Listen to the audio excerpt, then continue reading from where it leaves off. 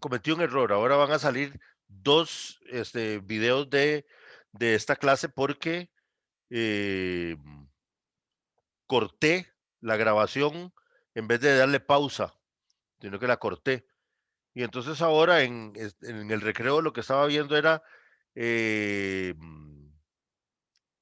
programas que se usan para hacer edición de videos, para ver si puedo pegarlos, los dos pedazos del video de hoy.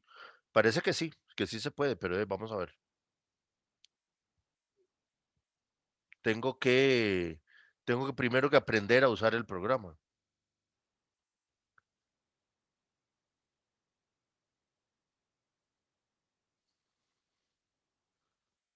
¿Qué será esto de las alas? Me salió allí, no sé qué demonios es la cuestión de las alas, pero bueno, vamos a,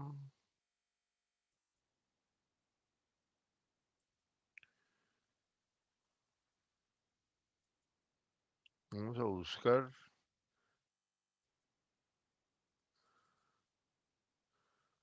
vamos a ver.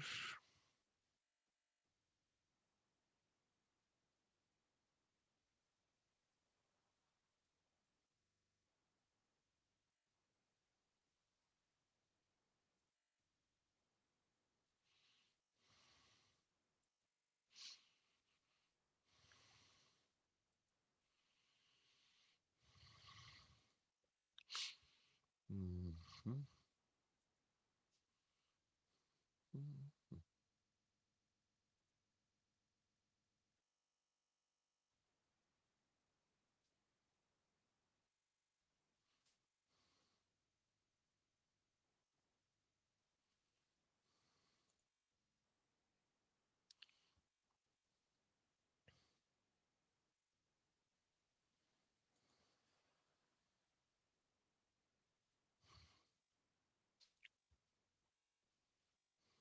ujú.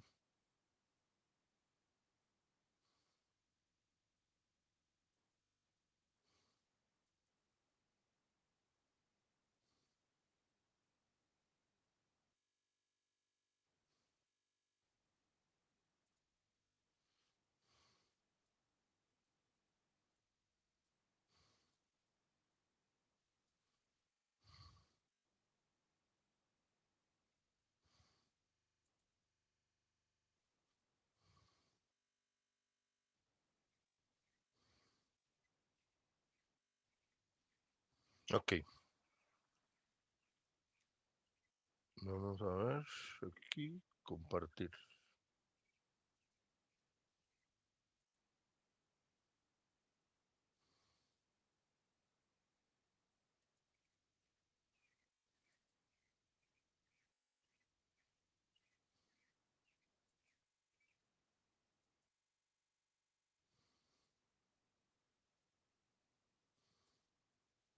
Bueno, vamos a empezar a hablar sobre el asunto este del diseño de bloques completos al azar. A ustedes les puede parecer extraño que haya un curso en donde que se llame diseños y resulta que solo hay dos diseños. Lo que pasa es que nos falta todavía una parte que es el diseño de tratamientos. Lo que hemos visto hasta ahora y vamos a seguir viendo con bloques completos al azar es el diseño del ensayo como tal. Pero los tratamientos que nosotros ponemos en esos ensayos también pueden llevar un diseño. Y entonces esos diseños nos hacen falta. Esas son la otra mitad del curso. Que sobre eso hay dos diseños también. Lo que pasa es que eh, hay una gran cantidad de cosas que se mezclan para crear un curso completo de diseños de experimentos. El concepto de bloque es algo que es bastante importante de tener en mente a la hora de hacer un ensayo.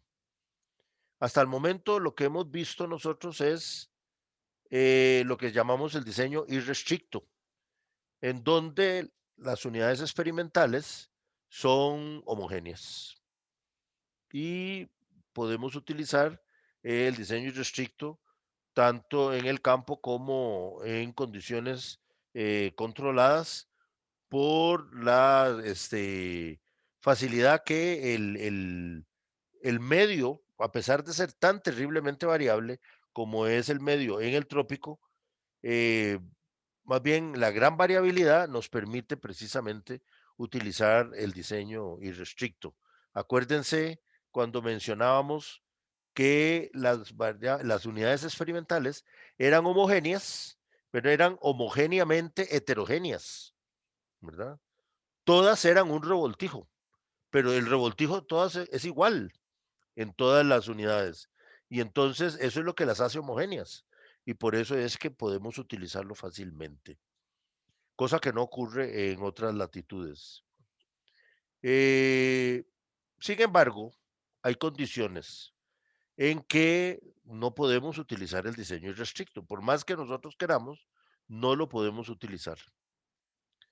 Entonces tenemos que echarle mano a otras herramientas que llevamos en el bolso, ¿verdad? Que se llama diseño experimental.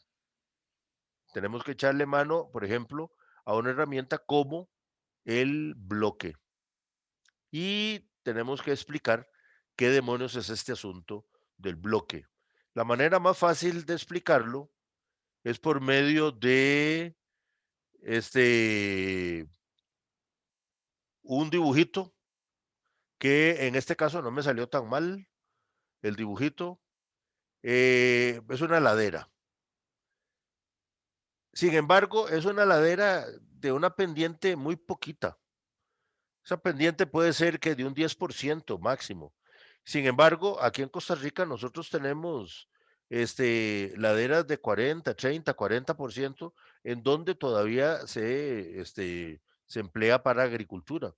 Y si no que lo digan nuestros vecinos de por allá por el zona de Grecia, Sarchí, Palmares, Naranjo, Atenas, por el lado de Santa Eulalia, Desamparados, un poquito más para adentro de lo que es el centro de Desamparados, la parte de San Ignacio de Acosta, la parte de, bueno, Acerrí, Santana, por el lado de allá de Matinilla y toda esa parte, tenemos un territorio que prácticamente podemos decir que es 60% terrenos de ladera y algunas llanuras. La llanura de Guanacaste, la llanura de la zona norte, allá por toda la parte de los chiles, medio queso, todo eso, la llanura de allá del sur, los Cotos, Puerto Cortés, toda esa zona. El Atlántico, pues sí, es una continuación un poco de lo que es sería la llanura de la zona norte. Pero recuerden que el país está atravesado de todo lo largo, por una cordillera y esa cordillera nos deja una topografía bastante quebrada. Aquí tenemos un dibujito de una pendiente, pero es una pendiente pequeña, no es una pendiente tan grande. Sin embargo, nos puede ayudar para explicar qué sucede en términos generales en esta pendiente y que nos hace utilizar el diseño de bloques. Vamos a explicar un factor nada más que tiene efecto sobre este asunto de las pendientes. Resulta que llueve.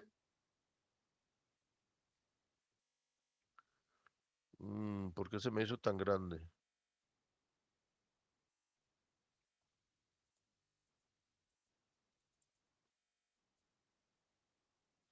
Mm,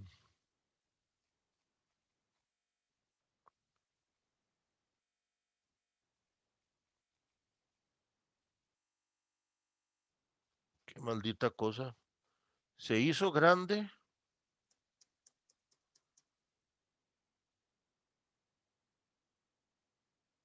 Ok. Digamos que aquí tenemos el tamaño con el que arrancamos.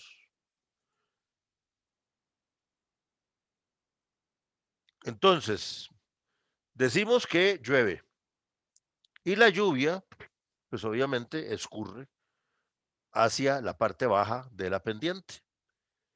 Resulta que entre más fuerte sea el aguacero y entre más grande sea la pendiente, o sea, más empinada, más parada sea la pendiente, pues entonces el agua escorrentía esta va a tener mayor cantidad de fuerza. Y al tener fuerza, el agua esa que escurre hacia abajo, lo que hace es arrastrar las partículas de suelo. Empieza por arrastrar las partículas más livianas, que son generalmente partículas pequeñitas, y entonces empieza a lavar el terreno de arriba y se lleva las partículas pequeñas hacia la parte baja de la pendiente. Generalmente en la parte baja de la pendiente lo que hay es un lugar en donde se empoza el agua y entonces al empozarse el agua pierde toda la fuerza que tenía en donde viene bajando y al perder la fuerza lo que hace es que este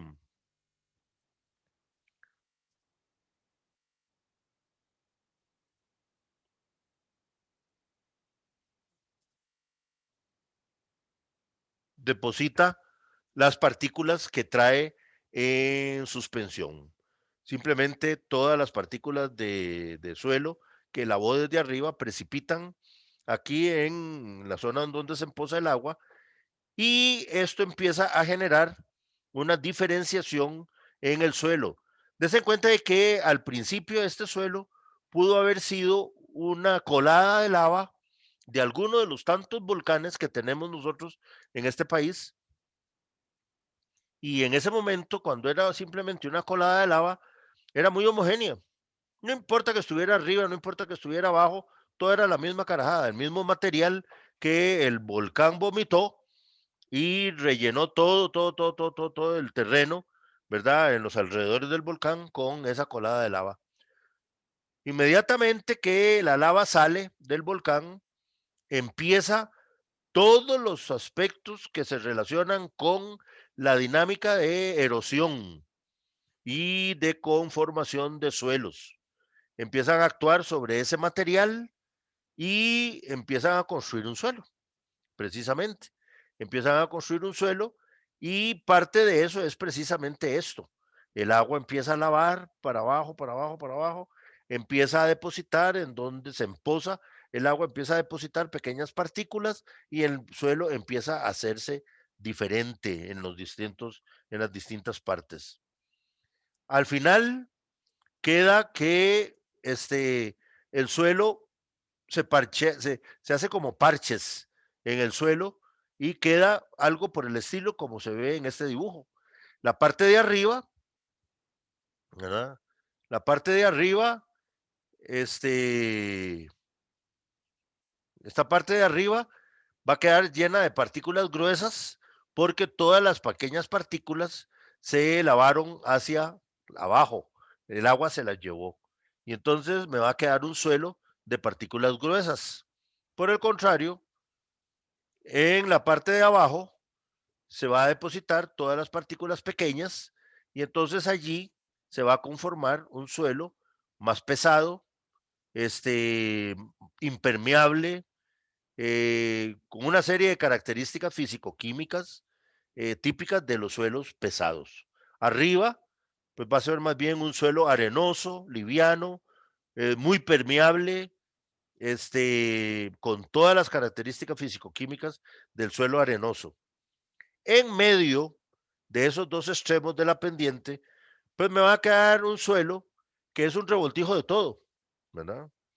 Partículas pequeñas que quedaron de camino, partículas grandes que ya estaban o que las arrastró algún aguacero grande, etcétera, etcétera. Un poco de todo.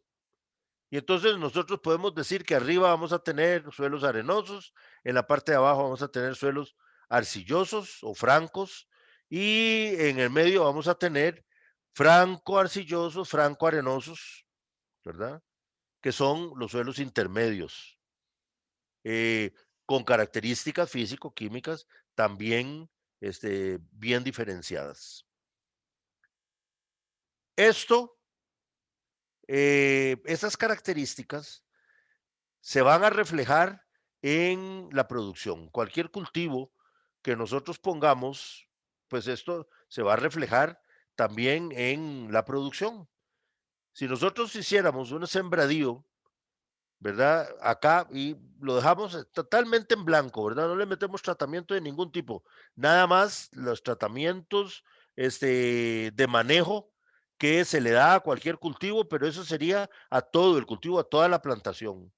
Al final, si nosotros cosechamos esto en, qué sé yo, podríamos hacer, déjeme devolverme aquí un toquecito,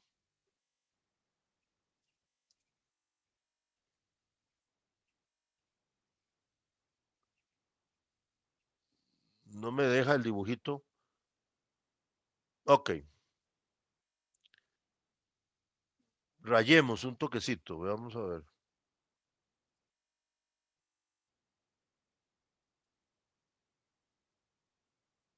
Vamos a ver si podemos rayar.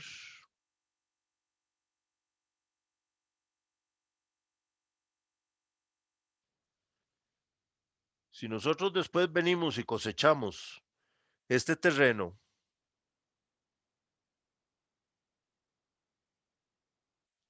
qué sé yo, en parcelitas, metro a metro,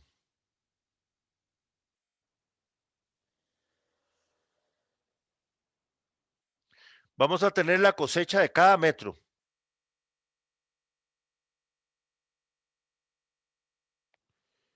Nos vamos a dar cuenta si a estas columnas nosotros las llamamos A, B, C, D, etcétera, etcétera, y a las hileras le llamamos aquí uno, 2, 3, 4, 5, 6, etcétera, etcétera. Entonces vamos a tener un conjunto de datos que es columna A, hilera uno, A, 2, A, 3 y así sucesivamente. Y aquí vamos a tener la cosecha. Nosotros nos vamos a dar cuenta de que con estas cosechas nosotros perfectamente podemos fabricar un mapa que es algo parecido a esto que les voy a mostrar. Déjenme ver a ver si puedo. Vamos a ver.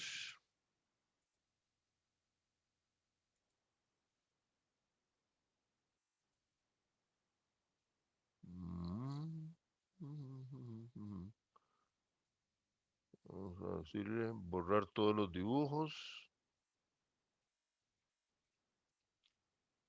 y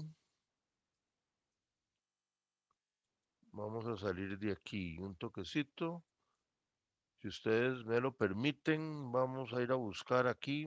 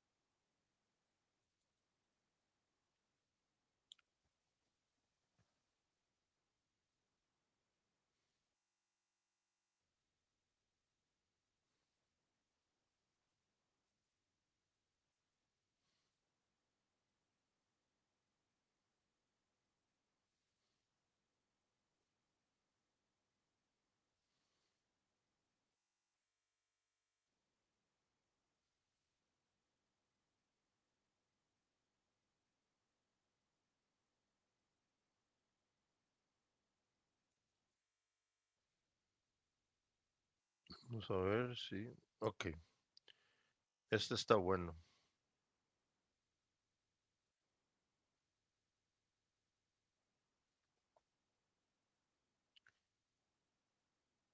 Yo estaba compartiendo PowerPoint. Ustedes están viendo un dibujo ahí que hay en PowerPoint. No, profe. No. Entonces vamos a compartir. Dejar de compartir y ahora compartir.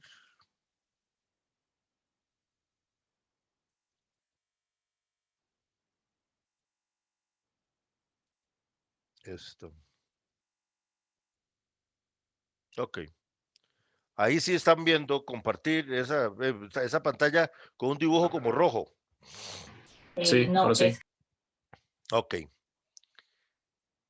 Con los datos esos recogidos metro a metro, nosotros podemos obtener un mapa como ese que está allí y que sería, digamos, la producción, bueno, digamos, supongamos que esto es producción, la producción reflejando la variabilidad que hay en el lote, la variabilidad del suelo, ¿verdad?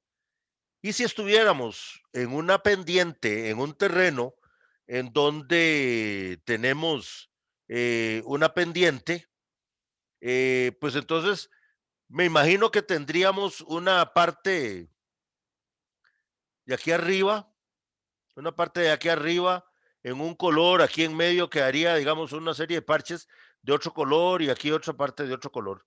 Este mapa que está acá es un hueco. El hueco queda aquí en el centro, ¿verdad? Aquí está elevado, aquí está elevado. Hay pendientes, ¿verdad? Hay pendientes, pero las pendientes lo que hicieron fue, ya se me zafó.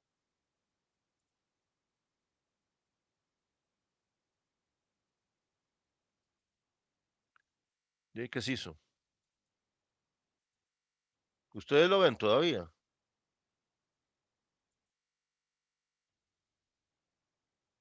Bueno, Ahí se ve, profe, la presentación. este de mancha grasienta lo ven. Sí, sí se ve. Ok. Eso sería otro mapa que yo tenía ahí guardado, que es la distribución de una enfermedad en un terreno. Bueno, pero eso podría ser, digamos, el reflejo de la variabilidad que hay en el suelo, ¿verdad? Producto de la dinámica esta que hay en la formación de suelos. Eh, Esos son mapas que se hacen con Surfer, que valdría la pena que ustedes aprendieran a usarlo porque es muy útil el programa Surfer y produce mapas muy bonitos, realmente muy bonitos.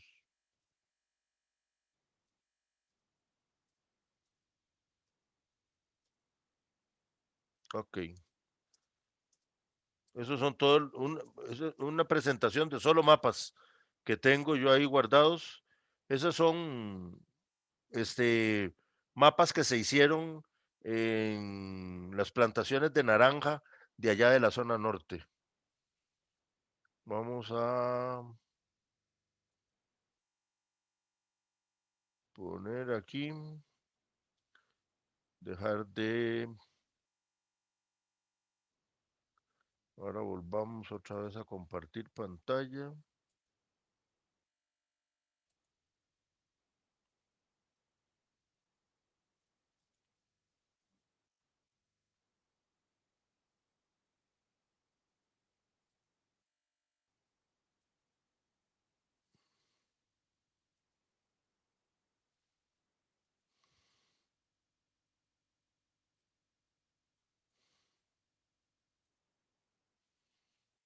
Ok.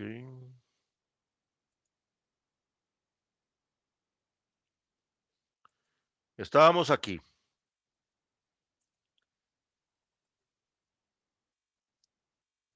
Estábamos aquí, y habíamos dibujado una cuadrícula y dijimos que cosechábamos metro a metro y obteníamos un mapa parecido a esos que mostramos allí. Ok, variabilidad del suelo. Se nos hizo variable el asunto. Ya las unidades experimentales, si nosotros hacemos un conjunto de unidades experimentales así, ¿verdad? Si hiciéramos un conjunto de unidades experimentales así y allá a la par más unidades experimentales iguales, entonces tendríamos que estas unidades de la parte de arriba, ¿verdad? Estas unidades de la parte de arriba serían diferentes a las unidades de la parte de abajo, pero serían diferentes por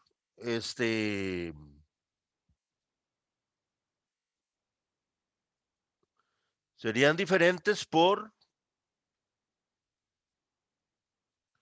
serían diferentes porque están en tipos de suelos diferentes, no porque recibieron tratamientos diferentes.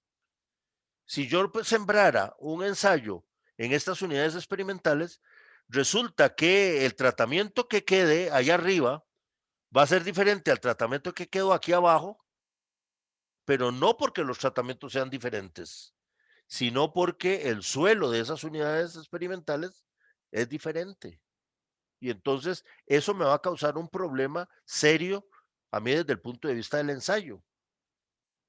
Si yo hago las unidades experimentales en este sentido, ¿verdad?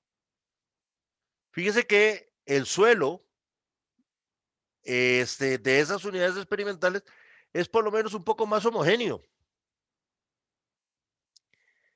Y se va a mantener entonces el principio de las unidades experimentales homogéneas. Entonces, fíjese que yo aquí vengo, ya se me volvió a hacer.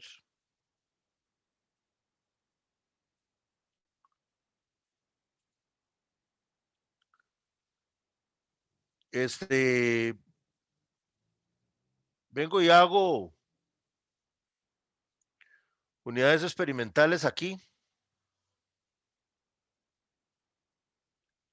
Igual, esto no me va a quedar muy bien, que digamos, el dibujito, porque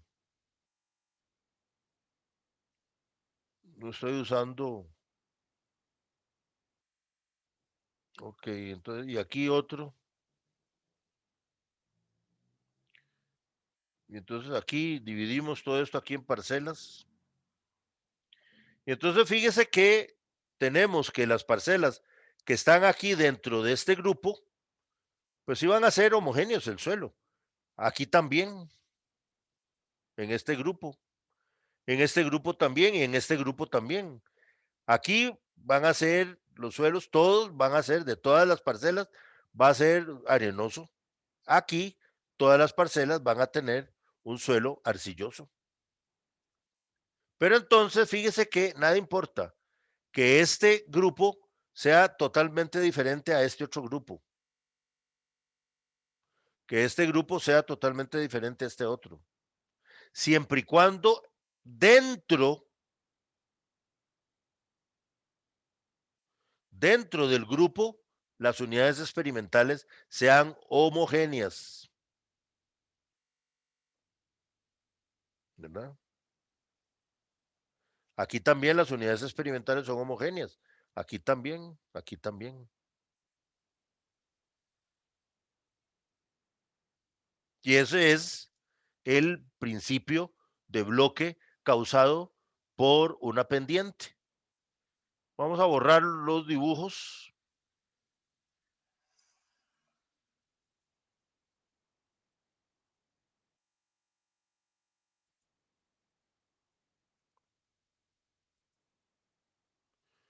No le da la gana borrarlos, entonces vamos a ver si con el borrador tampoco. Eh,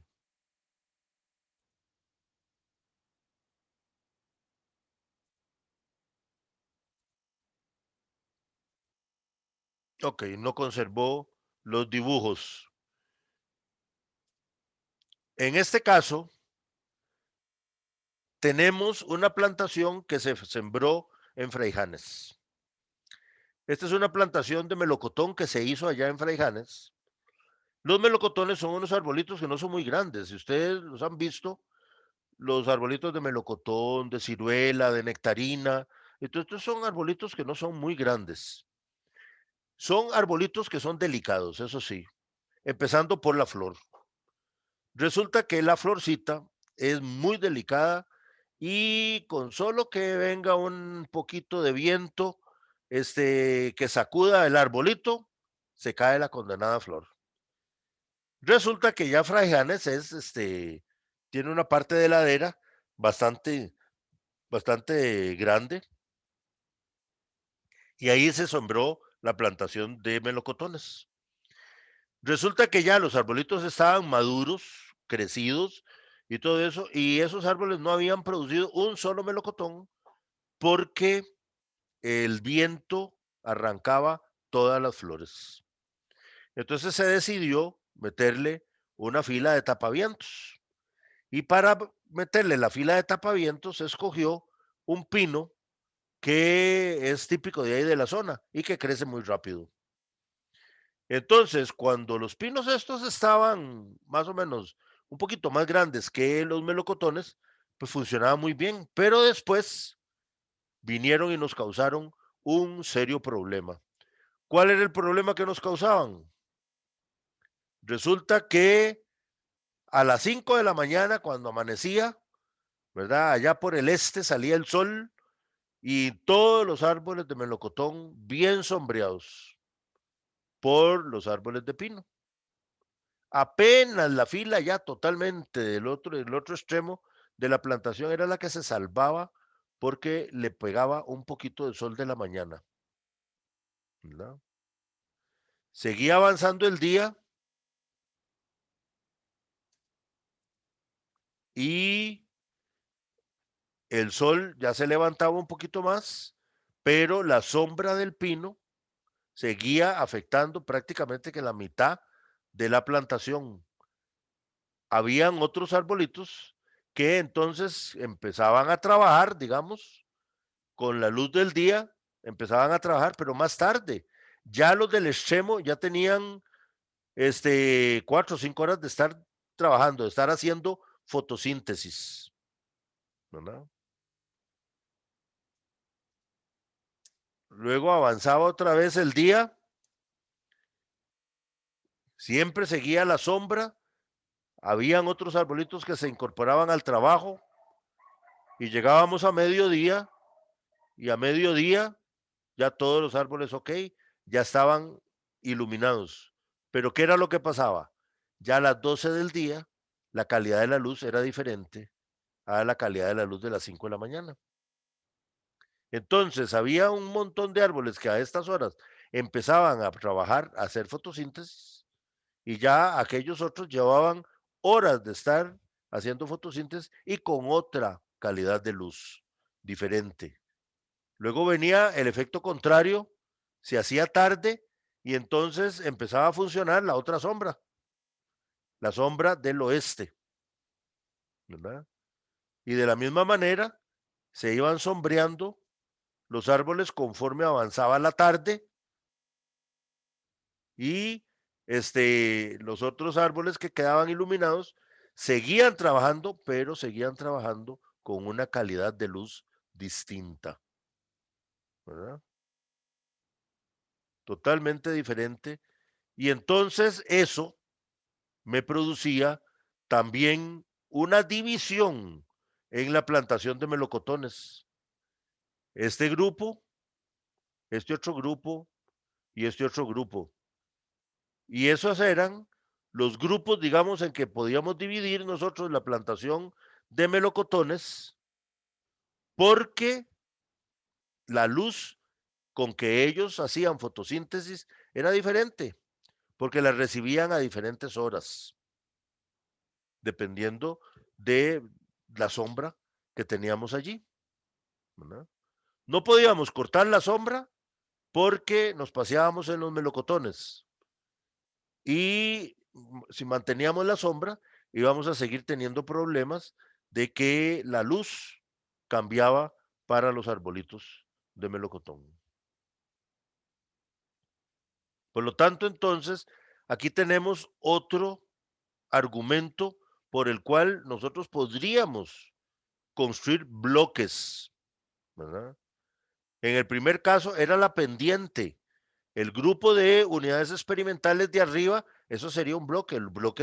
El grupo de abajo sería otro bloque. Los grupos ahí intermedios serían cada uno de ellos un bloque.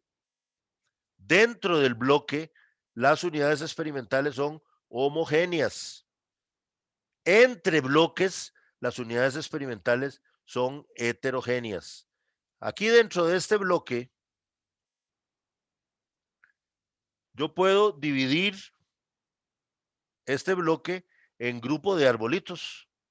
Y entonces este grupo es igual a este, igual a este, igual a este, igual a este, porque desde el punto de vista de luz, todos los arbolitos estos son iguales. Y lo mismo podría decir yo con los arbolitos de este lado y los arbolitos que están aquí en el centro. Y entonces yo puedo construir unidades experimentales dentro de cada bloque, ¿no? Y usar un tratamiento acá y otro tratamiento aquí diferente y otro tratamiento aquí diferente y por acá otro tratamiento y por acá otro tratamiento, ¿no? Y entonces al final yo evalúo los tratamientos y digo, ¿hay diferencia entre tratamientos o no hay diferencia entre tratamientos? Pero yo sé que la diferencia que se obtenga va a ser debida a los tratamientos y no al hecho de que estos árboles fueron diferentes entre sí porque empiezan a trabajar con distinta luz, ¿verdad? Entonces, aquí también me funciona el argumento de los bloques. Vamos a ver si borra esta cuestión. Hombre, sí borra.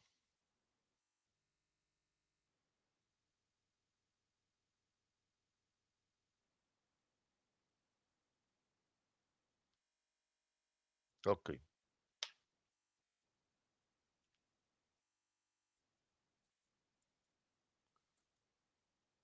Esto es otro ejemplo. Esto, aunque ustedes no lo crean, es una plantación de café vista desde arriba, con un dron. Cada manchilla de esas es una mata de café.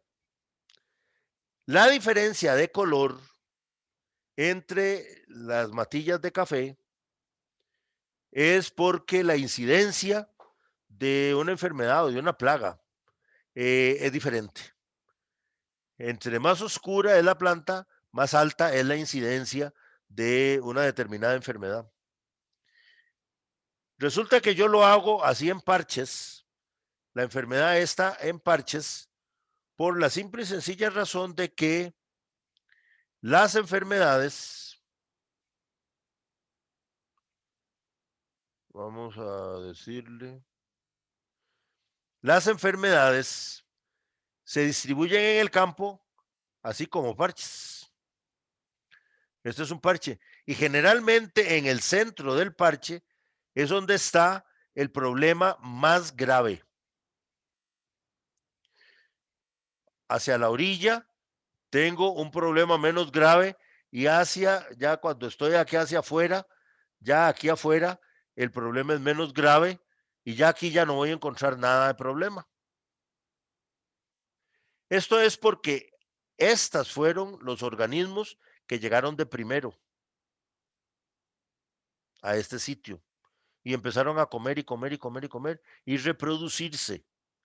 Y entonces, al reproducirse, entonces ya hay mucha gente en este sitio, entonces empiezan a salir hacia la parte de afuera del parche. Y entonces empiezan a colonizar las plantas que están acá. Y entonces, cuando ya estas están terminando, estas están empezando. Y por eso es que tenemos una diferencia en la intensidad del problema. Y así va creciendo el parche. Cuando se acaba esto del centro y se acaba esto de aquí de los lados, y ya emigró hacia la parte de afuera y resulta que ya aquí, ya los organismos que llegaron por aquí están muy largos de los organismos que llegaron por acá y que salieron hacia acá, y los que salieron hacia acá, no como los que estaban aquí en el centro, que todos estaban agrupados, ¿verdad? Aquí en el centro, todos estaban a la par uno del otro. Aquí ya no. Aquí ya de los que salieron de aquí, está muy largo de estos y de estos y de estos. Y entonces aquí hay poquitos, aquí hay un poquito y aquí hay un poquito. Y entonces, en ese momento decimos que el parche se rompe el parche porque se empiezan a formar 3 parches nuevos.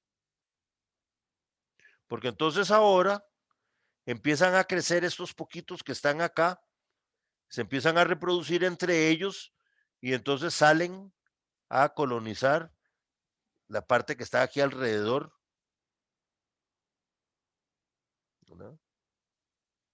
Ahí salen. Y así sigue. Y esa es toda la dinámica. Lo mismo va a ocurrir con este parche que está acá. Y entonces se van a formar parchecitos como por aquí. Y lo mismo le va a pasar a este parche, a este parche. Y esa es la dinámica. Y la dinámica va a depender de qué tan rápidos sean en desplazarse los individuos por la plantación. Qué tan rápida sea la reproducción, etcétera, etcétera. Y este mismo problema se va a presentar con hongos, con insectos, con plagas de suelo, como por ejemplo los nematodos, bacterias, etcétera, todo ese montón de cosas. Las malezas o las arbences, en términos generales, también van a presentar exactamente el mismo problema. Las arbences es diferente. Las arbences, la semilla cayó por aquí, ¿verdad? Aquí en el puro centro. La planta creció, produce semillas y las semillas las tira al suelo. Entonces las semillas van a caer aquí cerquita. Y así va a ir creciendo y va a ir creciendo y va a ir creciendo a base de tirar las semillas cerquita. Entonces eso va a depender también de la maleza. Hay malezas que son artistas en lograr que sus semillas sean transportadas a mucha distancia. Todos ustedes han visto las semillas que se trasladan por el viento. Hay otras semillas que han logrado éxitos terribles, ¿verdad? Para propagar como especie, porque se pegan en la piel de los animales, como el mozote, el moriseco, se pegan en la ropa y entonces va y se caen por allá, en otro lado, donde ustedes fueron. O en la piel de los animales, pasó una vaca por ahí cerquita, se le pegaron todos los bichos, la vaca siguió y siguió y siguió y se fue. Y por allá del otro lado se cayeron las semillillas de moriseco. Todo lo que son entonces poblaciones patógenas que pueden acompañar la población de un cultivo, presentan exactamente la misma condición. Perches. Vamos a borrar todos los dibujos.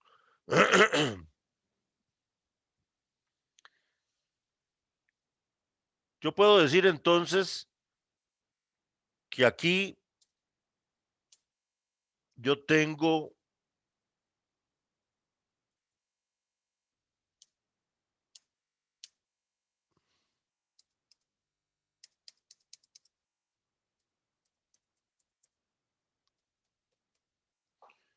vamos a ver qué pasó, se trabó.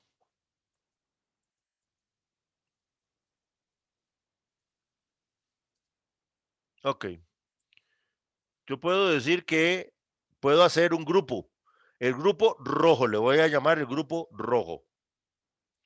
En donde están las plantas que tienen la más alta incidencia de un determinado problema.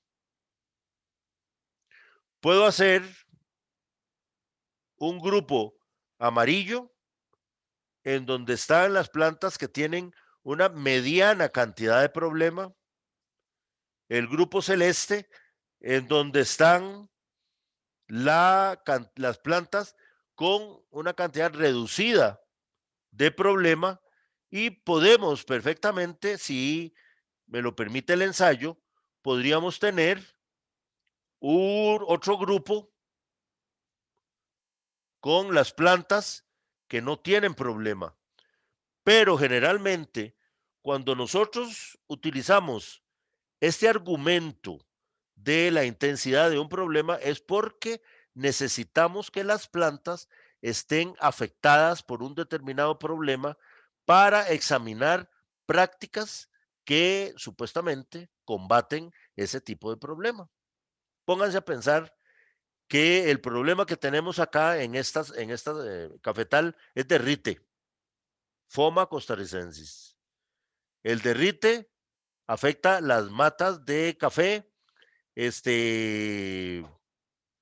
estrangula los brotes, y entonces el brote se pudre, y por eso es que se llama derrite, porque lo estrangula, y entonces el brotecillo se vuelve negro porque dejó de recibir alimentación por parte de la planta. El hongo lo estranguló. Y entonces podemos tener plantas de café que andan en un 10% cantidad de derrite, otras plantas que andan en un 6% cantidad de derrite, y otras plantas que tienen un poquito de derrite, 3% cantidad de derrite, otras plantas que no tienen nada de derrite, pero las plantas que no tienen nada de derrite no me sirven a mí para nada. Porque si yo voy a examinar alguna práctica en contra del derrite, yo necesito que haya derrite. Y entonces lo que hacemos es que dentro de esta planta, dentro de este grupo,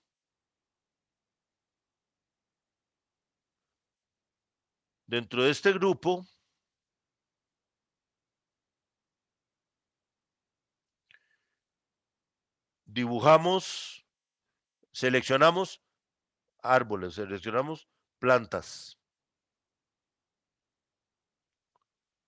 Estamos hablando del grupo rojo.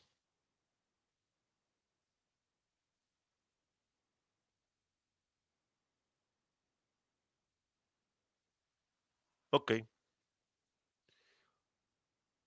Ahora, dentro del grupo amarillo, también podemos seleccionar plantas.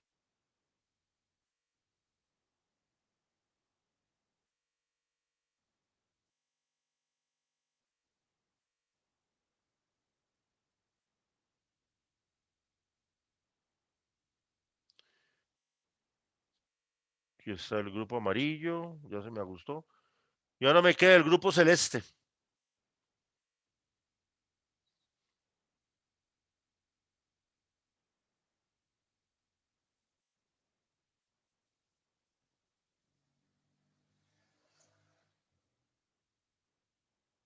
Ok.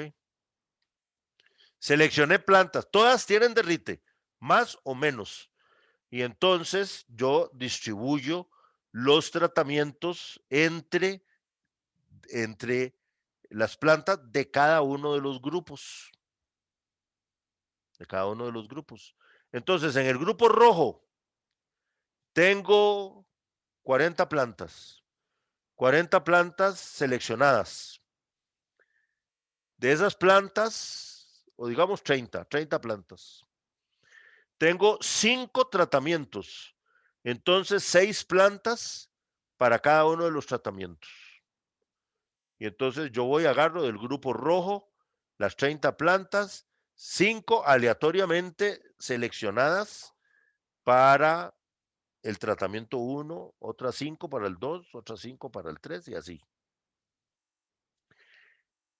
Dentro del grupo amarillo tengo otras 30 plantas. Entonces vuelvo a agarrar 5 plantas aleatorias, ¿verdad? Para el tratamiento 1, 5 para el 2, 5 para el 3.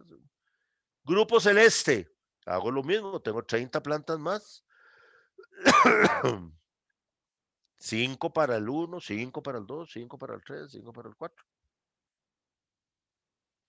Fíjese la diferencia. La diferencia es que yo tengo que numerar las plantas de cada uno de los grupos y distribuirlas al azar entre los tratamientos. Y entonces, la unidad experimental, en este caso, la unidad experimental, decimos que la unidad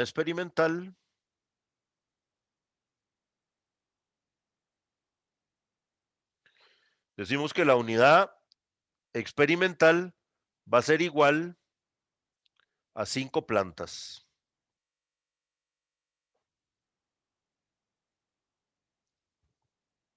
A 5 plantas. ¿No?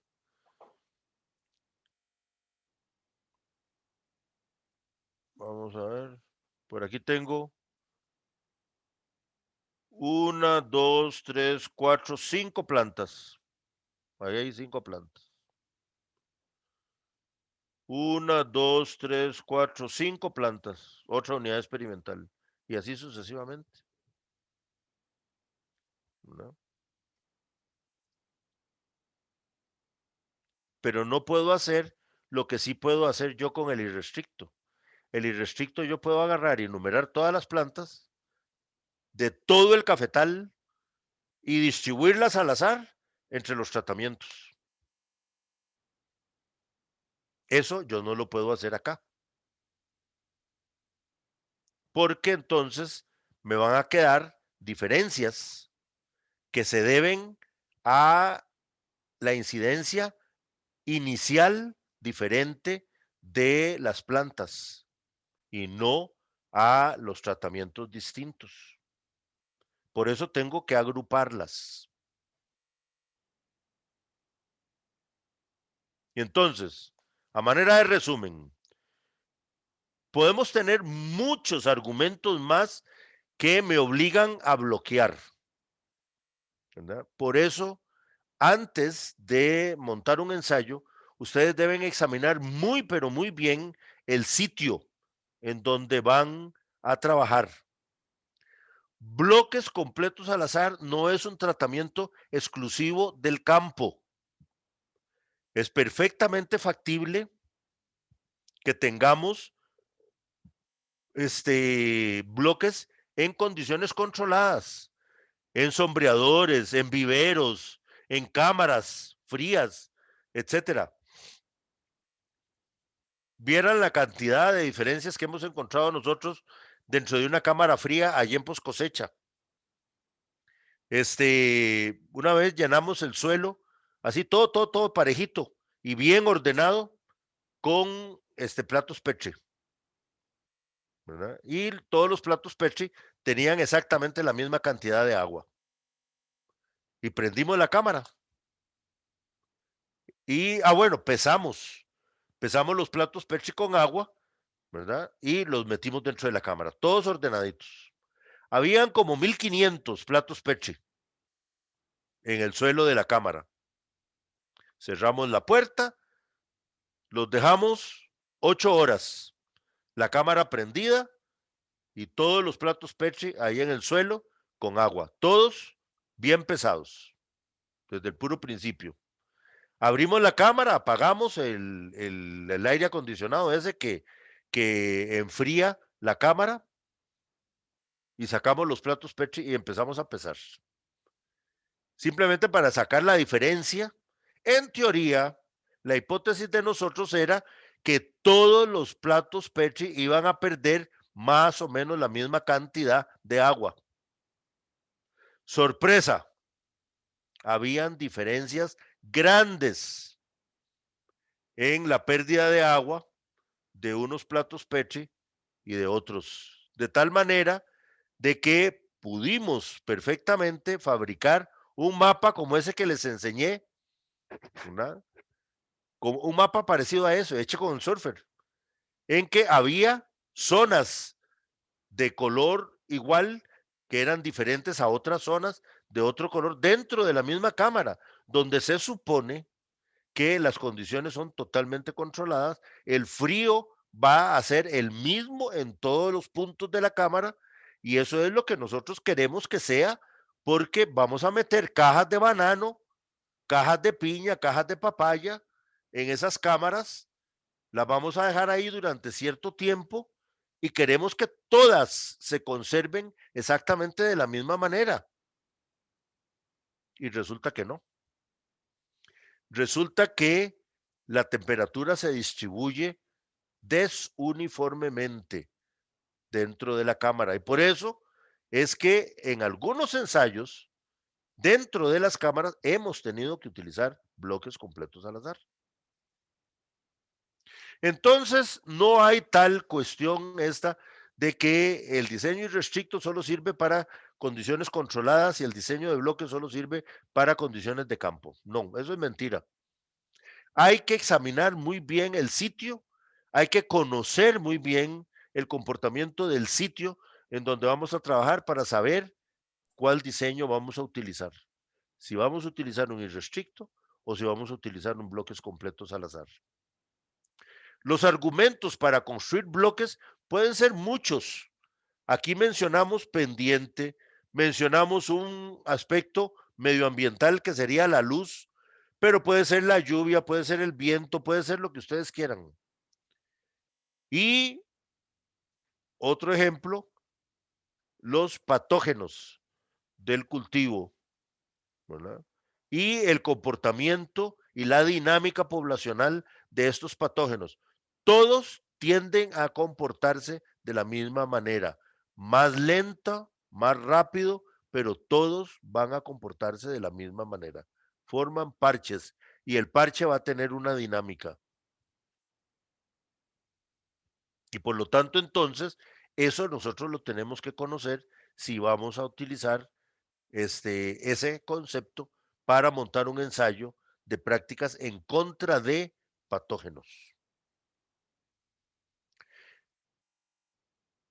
Eso, señores, es el principio en el cual se fundamenta el diseño de bloques completos al azar. Todos los tratamientos dentro de cada uno de los bloques, por eso se llama bloques completos, o sea, todos los tratamientos dentro del bloque y al azar. Eso quiere decir que las unidades experimentales que nosotros tenemos dentro del bloque van a recibir los tratamientos al azar.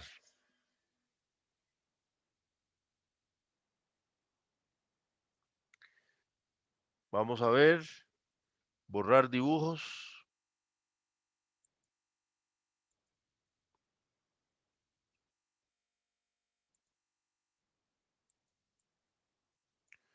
A ver si ya no le dio la gana borrarlo.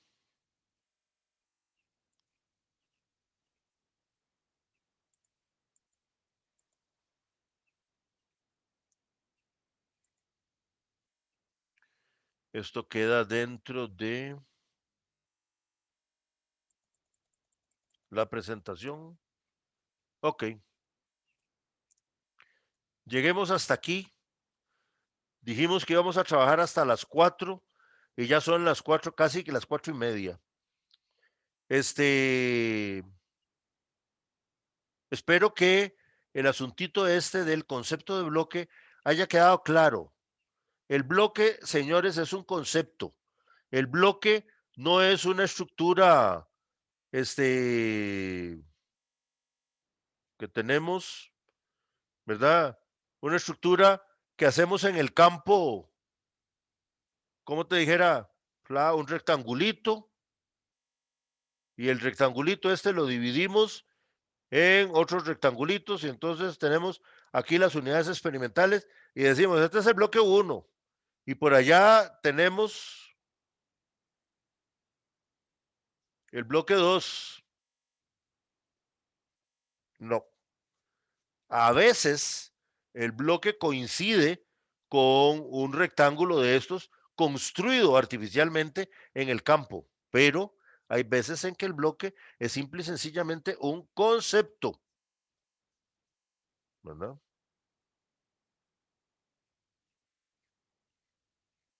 Bueno, no se les olvide las prácticas que hay por allí subidas, pendientes de solución, pendientes de que ustedes las abran y las hagan y me las envíen. Muchas gracias de nuevo por atender al llamado prematuro por una equivocación de recreo demasiado grande. Ojalá que los recreos pudieran hacerse así de grandes. Eh, y desde mi parte, si ustedes no tienen preguntas que hacer, y si las tienen, pues yo con mucho gusto, si se las puedo contestar. Gracias, profe. Bueno, entonces, si no hay preguntas, entonces muchas gracias a ustedes. Que tengan un bonito fin de semana y nos vemos la próxima semana. Manténganse sanos. La pandemia no está como para andar jugando de valiente. Mantengámonos sanos. Hagamos lo posible por pasar de este problema lo mejor posible. Que les vaya bien y disfruten. Hasta luego, profe, gracias. Gracias. Luego, gracias. Hasta luego.